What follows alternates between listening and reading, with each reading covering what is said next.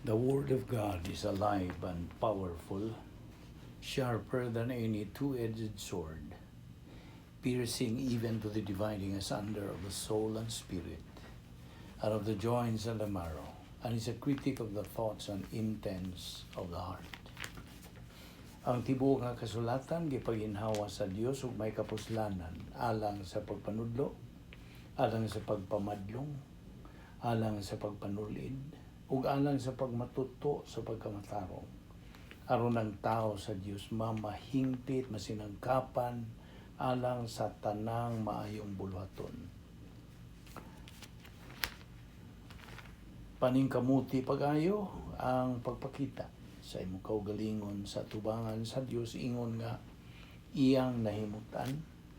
Usa ka magtatrabaho nga dili kinahanglan magkaulaw, nga sa hustong pagi magapanudlo sa pulong sa kamatuoran. The Bible says, "For God so loved the world that He gave His only begotten Son, that whosoever believeth in Him shall not perish, but have eternal life. But as many as received Him, He gave the right to become children of God to those who believe in His name. He who believes in Him is not condemned, but he who does not believe is condemned already, because he has not believed in the name of the only begotten Son of God. We have been saved by grace through faith, that not of yourselves, it is a gift of God, not of works, lest anyone should boast." Well, at this point, let us prepare ourselves. As believers in Christ, we have to use the principle of 1 John 1:9, the rebound technique, if necessary. 1 John 1:9 says, "If we confess our sins, God is faithful and just to forgive us our sins and to cleanse us from all unrighteousness." Now, if you are an unbeliever, di ka pa magtotoo, nga niya din karon, ang isyo nga imong gitubang dili ang pagkumpisal, kundi ang imong paggamit niya ng imong kabubuton sa paghimog desisyon. Ang desisyon sa pagtuo kang Ginoong Jesucristo ingon nga imong manluluwas. That's the most important decision you can make throughout your entire life. Believe on the Lord Jesus Christ and thou shalt be saved. Acts 16:31. Therefore, magampo ta.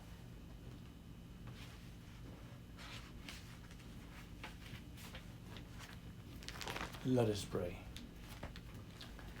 Most gracious Heavenly Father, we thank Thee for the privilege of being sustained logistically in this devil's world, ug ang pribilehiyo, O Diyos, ug ang kaigayunan sa pagtuman niya ng labing kulbahinam ug mabulukon the unusual plan of all human history nga imong giandam. We are grateful that we live in this church age and in no other dispensation, nga diin imo kami gihatagan sa daghang mga kaayuhan, ug where the significance of the ordinary believer is beyond measure. So nagampo kami, O Diyos, nga ang Diyos Espiritu Santo magahagit kanamo bahin sa mga butang nga among tukion o pagkaisugutan nining adlaw. For we ask it in Christ's name. Amen. Mayong adlaw sa tanan, mga higala, mga isuon diyan ni Kristo. Welcome na sab sa atong Bible study through the YouTube, ubos sa Balbido Evangelistic Ministry. Niya pa kita magadupot karon sa atong hilisgutan ang pagtulunan o doktrina bahin sa yuluhan man ni nato ang krus sa dili pa ang purong-purong. The cross before the crown. Na atong timan-an nga kini atong panahon sa simbahan, gitawag kini og church age. Gawas nga church age, gitawag kini og the age of apostasy, the age of equal privileges and opportunities, the mystery age of dinhi nato pupo ang labihang kadaghan nga mga doktrina, mga pagtulunan diha sa pulong sa Dios nga diin ning atong panahon sa simbahan kita nagatuon ni ining mga doktrina gitawag og mystery age doctrines. Kanya man ta sa mystery age, okay? Mao na nga labing manungdanon, labing mabulukon kini mga doktrina nga atong ginatunan dinhi. Og I don't know kanimo kung wa ka ba mo sinati niya na nga labihan sa kadaghan atong mga kaayuhan nga atong mapupo gikan ni ining atong tun-anan nga mao ang mystery age doctrines. Kung timan-an nato nga karong panahon na niya pata sa normal nga kanang matang sa pagsangyaw, normal evangelism. O humani ini, okay, ang mubanos yun ini, mupuli dayon ni ining normal evangelism, mao ang gitawag og crisis evangelism. Nga lisod na kayo kung anak kapamuhuat pa kanina ng panahon na nga diin kadtong buot magtuon sa pulong sa Dios, gukdo na sila. Nanay mo haras nila. Ikumparar nato itandi karong panahon na nga wala pa na haras nimo. O pa nagasamok-samok nimo. Yatagan ka igong kalinaw, kahapsay, okay? Naapay mayo nga normal nga atong pagsangyaw sa may balita sa kaluwasan. Apan kadto nga mga magtotoo, atong mga igsoong mga magtotoo, kinsa way kainit, way kaikag, way kahangawa, way kanang tinguha nga motubo ang ilang kalag, way gana, way gugmas pagtuon sa pulong sa Dios. Timan ayaw na to kalimti katong gisulti sa pulong sa Dios sa libro ni Amos kapitulo 8 bersikulo 11 giingon diha. The time will come, says the Lord, that I will send a famine and a thirst through the land, not a famine of bread nor a thirst for water, but an end to divine revelation. No na. There is going to be hunger and thirst for the Word of God. Hunger and thirst for the study of the Word of God. Kantong mga negatibo, ining panahon na, way pagpanumbaling, mo yung sila, ako'y panahon na, then, inigabot na ng panahon na gisulti diya sa Amos 8:11, then, mo na, sila na mangita. Okay? So, naanay kagutom o kauhaw sa pagtuon sa pulong sa Diyos. O nihagit ka na to karong panahon na. Pahimuslan na to. Okay.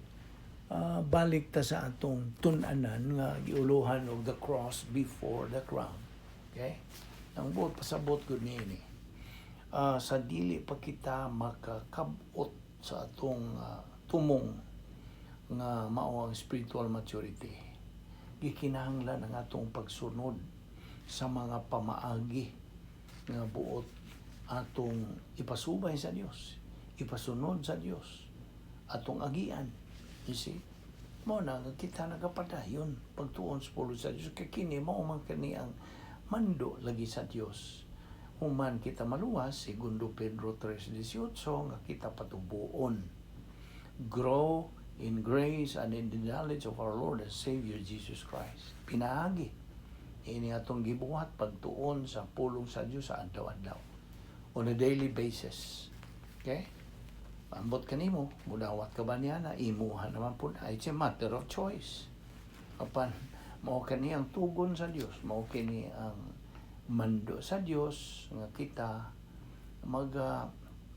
hatag o higayon, pagtagad sa pagtuon, pagkat-on, pagtuo, paggamit sa pulong sa Dios. Mao ni ang process. This is the process to be able to reach our common goal as believers, which is spiritual maturity.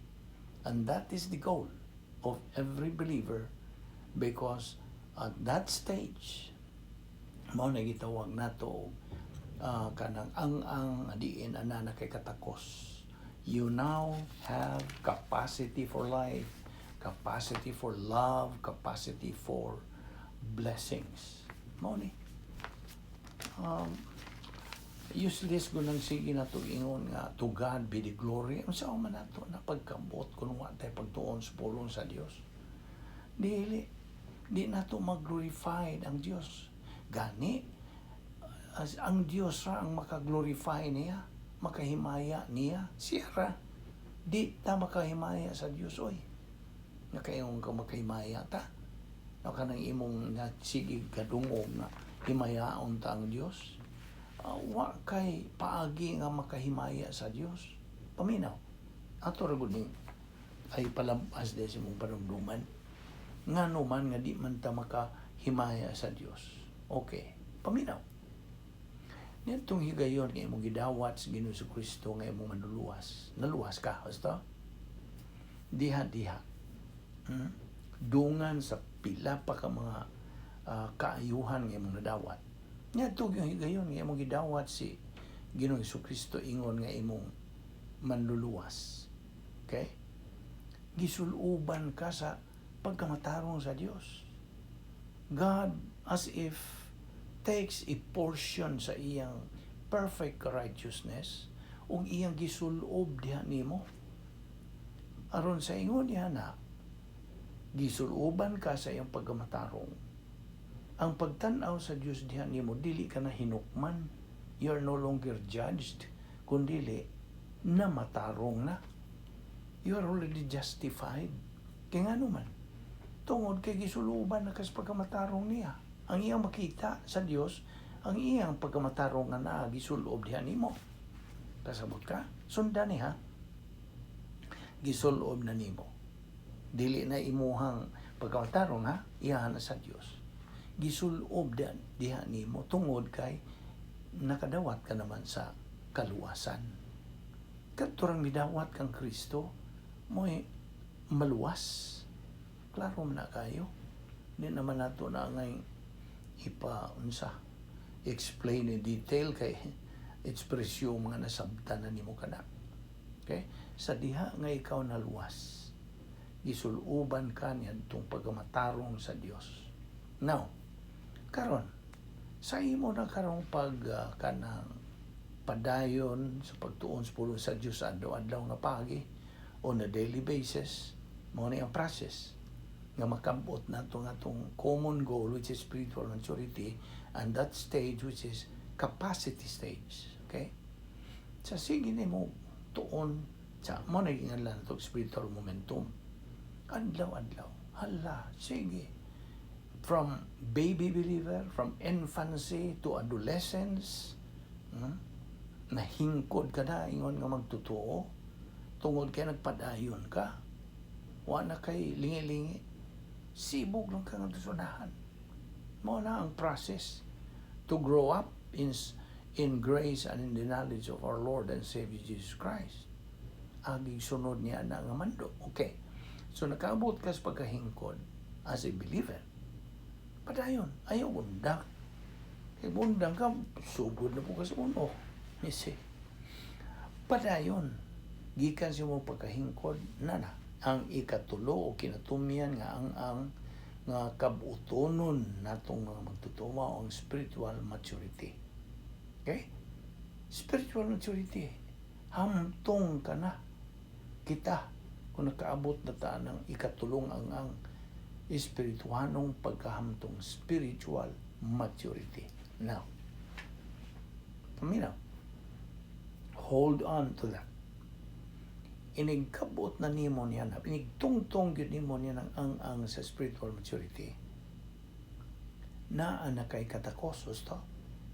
Katakos sa paghigugma, katakos sa pagkinabuhi, katakos sa pagdawat o panalangin. Okay? Mudawat na panalangin gikan sa Dios, of course. Siya ramay mo panalangin nato. Na, kay na naman tayo capacity. May ng Diyos ang sa iyang pagka-omnisciente, of course, okay, kini akong anak nakakabuot naman gyud sa capacity stage. So karon nga naman siya katakos, ako na siyang bubuan sa panalangin. Okay? Karon, inigbubo na sa Dios sa iyang panalangin diha nimo. I'm talking to you as a believer. I'm referring this to you as a believer nga nagakabot na niya ng spiritual maturity. Ang Diyos magaandam na sa iyang mga panalangin ug iya na kining ibubo ipadahili. Okay? Is going to kanang pour. Iya na nang ibubo, okay? Diha sa ginganlan nato grace pipeline. Tubo kini sa grasya. Okay? Diha sa tubo sa grasya nga din anha muagi ang mga panalangin sa Dios nga mo puntariya diha nimo. Actually, dili ang ikaw ang puntariya gyud. Paminaw, dili ikaw ang puntariya. Ibaw ka kinsay ang puntariya niya ng mga panalangin nga ibubo sa Dios diha nimo. Ang puntariya, ang target niya na mao kadtong pagkamatarong nga gisulob niya diha nimo. Nakasabot ka? Isuluban ka naman niya itong higayon nga midawat kas kaluwasan. So, kadtong gisuloob nimo nga pagkamatarong sa Dios na diha na nimo, mao katoy puntariya, but pasok mo to'y target nga idahili ba kanang ipaambog, ipadahili ang iyang mga panalangin ngadto sa iyang pagkamatarong nga naa dihang sulob diha nimo. Nagkasabot ka? So, adto dito kaabot sa iyang pagkamatarong. Sa diha nga mo abot na maong panalangin through the grace pipeline, diha mahimaya ang Dios. Siya ang nagahimaya niya. Nakita nimo? Siya ang nagahimaya niya. God, only God can glorify God. Ano to? Nahimaya siya. Kay ikaw, nakakabot man lagi katakos, ibubo diyan nimo. O, actually, ang imo yung analyson kini, kinsa may mabenefited niya itong mga panalangin nga bubo sa Diyos? Ikaw ang na-benefited. Labaw na, nag-unag yung na-benefited ang Diyos. Nagkasabot ka? Siya ang na-benefited nakadawat ni adtong imong pagkakanang hamtong nga magtotoo. Kay takos ka naman, you now have the capacity. O diha may maya ang Dios. Mo na akong ingon nimo nga ang Dios ray makahimaya sa Dios. Apan ang tinuod ang imo yung analyson niya na si ikaw na benefited niya itong pagbubo sa Dios sa iyang panalangin diha nimo. Isi kay ikaw takos naman. So I hope na kuha nimo na natuhog o na kanang nasilsil na yun na nimo. Okay? So mauna ang akong ingon nimo nga we have to follow what God says in His Word. We have to be obedient to His Word. We have to love His Word. Napito na iyang pulong mana ni Ginoong Kristo. If you love me, obey my words. Mo ni atong kanang sunod. Kaya kita naga-obey, nagasunod. Nagmatinumanon kita sa sugo, mando sa Dios. Nga diin ka ng sugo ang mando, mo ka na iyang kabubuton, mo ka na iyang tuyo, mo ka na ang iyang plano, okay? Mo ka na ang hinungdan nga nga patununtas iyang pulong sa adlaw-adlaw nga paghihangtod ang Dios sa kanto na natong kabuot niya ng atong tumong Kaya na naman tayo capacity din. Life becomes what? Very meaningful, purposeful, and with definition. Hayahay na yun. Mao na giingon ni Pablo, Apostle Paul, na iyag yung nakabuot katong super grace. Inganlan og super grace. Gani, di lang kay super grace nakabuot ni Pablo, ultra super grace. Og di pa ka gusto nga magkakabuot niya na. Si Pablo mismo miyong suway. Kinanindutan kung imo kining masinati na. Mao ni. Now, pangutana ko ni mo na, bigis gutang relihiyon na na. Way labot ang relihiyon nini. Sabtag na. Kaya ang labing tinuod ng relihiyon, di makaluwas. Gusto? Mahimog imong kanang sudlan ng tanang mga relihiyon ng kalibutan na apan di kaluwas. Kaya usara may kaluwasan lagi. Only one way to be saved. Believe or faith alone in Christ alone. Mo ni kaluwasan. Mo gina. Sukad pa. Wa na mausog. It has always been. It was like that. It has always been like that. It is always karon like that. Hangtod. Hindi na mausaboy. God has not changed, ba? Nabito yung pulong. I am God. I change not. Kay usas kinae sa Dios is He is unsa kanang unsa to usas man kinae sa Dios.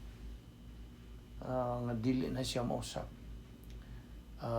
Usa ni ini ang iyang pagkamatarong. Hingpit, puros hingpit ni. Sovereignty, righteousness, justice, love, eternal life, omnipotence, omniscience, omnipresence, immutable, na unang immutable, dili mausap, and veracity, siyang kamaturan mo kana ang Dios. Kung wa pagkakaila sa Dios, kinsa o unsang Dios mo na, ilha ang iyang ang nag-unag yung napulo ka mga kinaya sa Dios. Ila-ilaha ang Dios. Sige lang ka hagludluhod, simba-simba, diyan yung wa kakaila sa Dios. Dili, you are not worthy. Ang grabe pa, kung di ka magtutuo niya, sige kadihang simba-simba, tuman kasi mong mga tuluman noon sa inyong pundok o sa inyong kanang relihiyon, unsa man nimo pagsimba sa Dios nga dili wa man kay relasyon sa Dios. Nahimulag ka man. Nanumdum ka niya tong formula unsa os tao pagka kanang kondenado, judged or condemned, unsaon man naay formula latid ginis pulon sa Dios. AOS plus OSN equals spiritual death. Unsa man ang AOS? Adam's original sin plus old sin nature equals spiritual death. Unsa ibot pasabot sa spiritual death? Dili ang espiritu namatay. Buot pasabot niya na total separation of man from God. Mo na ibot pasabot sa spiritual death. Tanang tao, paminaw. Tanang tao may mugso ning kalibutan na mauna iyang kahimtang. Inig uhag yun nato, inig gawas nato sa taguang kanstong ginahan. Pag uhag yun na, condemn. Kaya nga naman, kaliwat man nila ni Adan o ni iba atong unang ginikanan. May mo nang naangin man ta sa ilang original, mo na yung original na sala ni Adan. Si Adan magoy head sa ilang pagkabana o asawa. Ang head yun, ang panguong mo ng bana. So mo ito, nga lang Adam's original sin. Nadahanagod na si iba niya na. So mo na. Adam's original sin plus old sin nature. Kini nga itong kinayang magkasasala nga niya ng tapot ni tanang sildas tong kalawasan. O ni makanudnod, magatuod na tos pagbuhat og sala. O na, old sin nature. Equal spiritual death. Patay spiritual ta. Wa tay relasyon. Mao na nga ang mga di magtotoo, kinsa may mga di magtotoo. Mga di magtotoo kadtong mga tao nga nakadungog sa may balita sa kaluwasan nga tumuo kamo kang Ginoong Kristo kamo maluwas. Wa man niya panumalingat, wa man niya tuuhi. Iya magisalikwa si Ginoong Kristo. Sumo ning mga tawhan na mga dili magtotoo. Kasabot ka. They are unbelievers. Umuna, na hug sila sa kahimtang nga AOS plus OSN equals spiritual death. Apan ang Diyos nag-andam siyang paagi nga may balik unta ang tao ngadto kaniya. No, ito iyang ipadangi ang bungtong anak si Ginoong Kristo. Miyan ni kanaog din atong lubihang gamay ang planeta o voluntaryo sa pagpakamatay tungod sa atong mga sala. Mao na. Mao to iyang buhat sa kaluwasan. Nga sa diha nga ikaw mutuo sa iyang gibuhat dito sa krus nga siya namatay tungod siyang gugma sa Dios kamahan kanimo. Na maximum love katong iyang ipakita. O niya imong isalikway, diyaw mo ng pagkadakong insulto. O na, you still remain totally separated from God. O na, ikaw, nabutang kung dili magtotoo. Kaya di ka man magtotoo, niya sige lang kag sunod-sunod sa mga pamaagi sa mga relihiyon nga wa na masubay sa pulong sa wa masubay sa Biblia. Kaya ang relihiyon, buhat maguna ni Satanas. Nagkasabot ka? Dili man na iyaha sa Diyos kining relihiyon. Opposite na sa Kristyanismo. Masod naman tayo ninyo, pagtandi ba? Ang Kristyanismo, Christianity, mo kini ang pamaagi. It is a system of faith. Pagtuo. Ang Kristyanismo, mabitang tuuhi lang si Kristo, ikaw maluwas. Kaya mauna, ang Kristyanismo, it is an organism. Okay? Bahin kini sa lawas. Nga sa diha nga mutuo kang Kristo imong manluwas, masud ka ni ining maong lawas ni Kristo. Ug ni ining atong panahon sa simbahan, nasud ka. O at the same time, nasud ka sa plano sa Dios. You see? So, kung in the first place, wani mo dawatas Kristo yung mong maluluwas, di ka luwas. Susta? You are an unbeliever. Bisag magsigi ka tanang bulato sa relihiyon, dili ka luwas.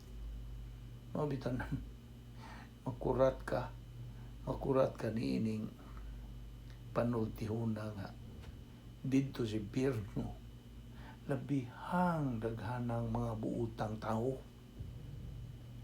Kasabot ka, labihang pagkang duot sa mga tao nga tuwa dito, mga buutan, mga ikasaway, mga hinimbahon, mga maghihatagon, mga kontra, labihan yun nilang pagkamayo. Kung mahimo pa, himuan na sila monumento tungkol sa ilang pagkamayo. Mabito na kung musangyaw na ka, kung ikaw magtutoo, musangyaw ka, bahin kang Yesu Kristo, bahin sa kaluwasan. Ang mga relihiyoso, ang mga tao mo ay kinalisdan nga imong sangyawan. Kaya nga naman, inigsangyaw na nimo, mayroon siya kanang awan ako magkinahanglan na buutan man ko ba? Maying tao man ko. Ako isa, ako di mo pagpanapaw, ako manikas. Buutan kong tao. I'm a good person. So ano kakinahanglan niya ng imong isangyaw? Na mauna. Noon isagad itubag sa mga relihiyoso. Kaya ano man, labihan naman nilang kanang inunta root o kanang ninggamot na gyud didto gyud sila na umol gyud sila sa relihiyon. O bitaw na kasagaran nga sa relihiyon mo sila unsay akong himatan mo po akong pagkamatyan. Di ba? Di ba tinuod na? Mao na kung sangyawan nimo sila na. Ano ko magkinahanglan na oy. Ano na? Buutan kong tao. Siguro ko nga dawaton ko sa Dios. Hindi kamatay na ako. Namo na. Ang kini mga tao na may na tingala lang sila musiga lang mata. Dito na sa linaw sa kalayo. Uy, ano man hindi amo ko ni gatuman man to mo na. Mga tarungan siya dito na sa last judgment, dito sa great white throne judgment. Ang basihan ang imong mga binuhatan. Okay? Karon, maingon mang Diyos, pahawa, wag ko kailan ninyo. Apan, Ginoo, gabuhat mamiini, sangyaw mi, kanang nagsimba mi, alam, buluhaton, outreach, gabuhat maminiini, pahawa kami sa mga demonyo, tanan nga mga buluhaton ang mong gituman. Tubag ang Ginoo mo yung pahawa, wa ko kailan ninyo. Nanas pulong sa Diyos, wata magagamag istorya. No na. So akong balikon nga ang Kristyanismo is a system of faith. It is an organism. Okay, ako nga tagaan kanang yano nga pagpaklaro nini. Ang Kristyanismo mo kini. Buhat sa Dios ang tao dawat ra. Kay grasya man. Ang laingan sa kaluwasan, grasya. No, nailaingan, grasya ang kaluwasan. Ang sabot pa sabot.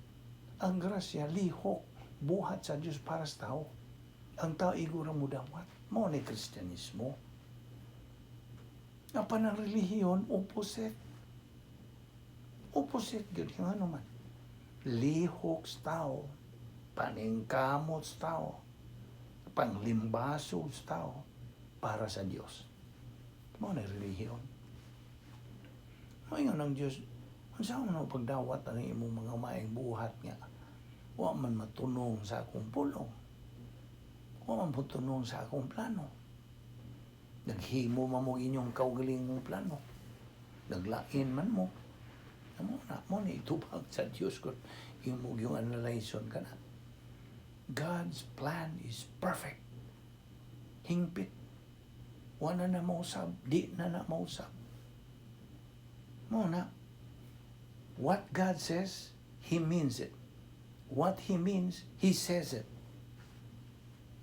God is dead serious to His word. Muna nga kita ang mga tutukan na to kini.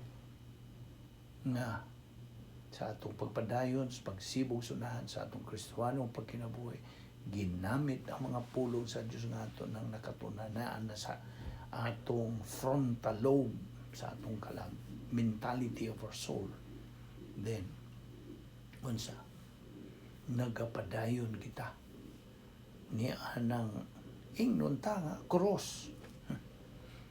We are kanang mo bitaw gingon ng pulong sa Dios, pulong ni Ginoong Kristo nga, if you love me, deny yourself. O sa sunod, deny yourself. Take up your cross. Come, follow me.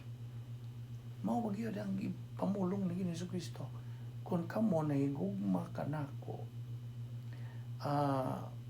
ilimod ninyong kaugalingon, pagpasabot ng ilimod, you kanang deny all things ning kalibutan na. Imo bang mga inigugma, imo mga trabaho, imo mga unsa na dihang mga details of life. You deny them. If you love Him, if you love the Lord Jesus Christ, deny yourself. Nga, bisan imong kinabuhi, i-deny nimo. Kay si Kristo, mas labaw pa sa itong kinabuhi, nahibaw ka na. In fact, ang pulong sa Diyos itong gitunan, mauni ang atong kinabuhi. This is our life. Ano sa may pulong ni Jesus Cristo, John 14:6, I am the way, the truth, and the life. No one comes to the Father but by me. Na muna. Kini nga itong gitunan, mauni life. Kinabuhi. Sa atong kalag. Kay si Jesus Cristo nag-ingon, ako ang dalan, ang kamatuoran, ug ang kinabuhi.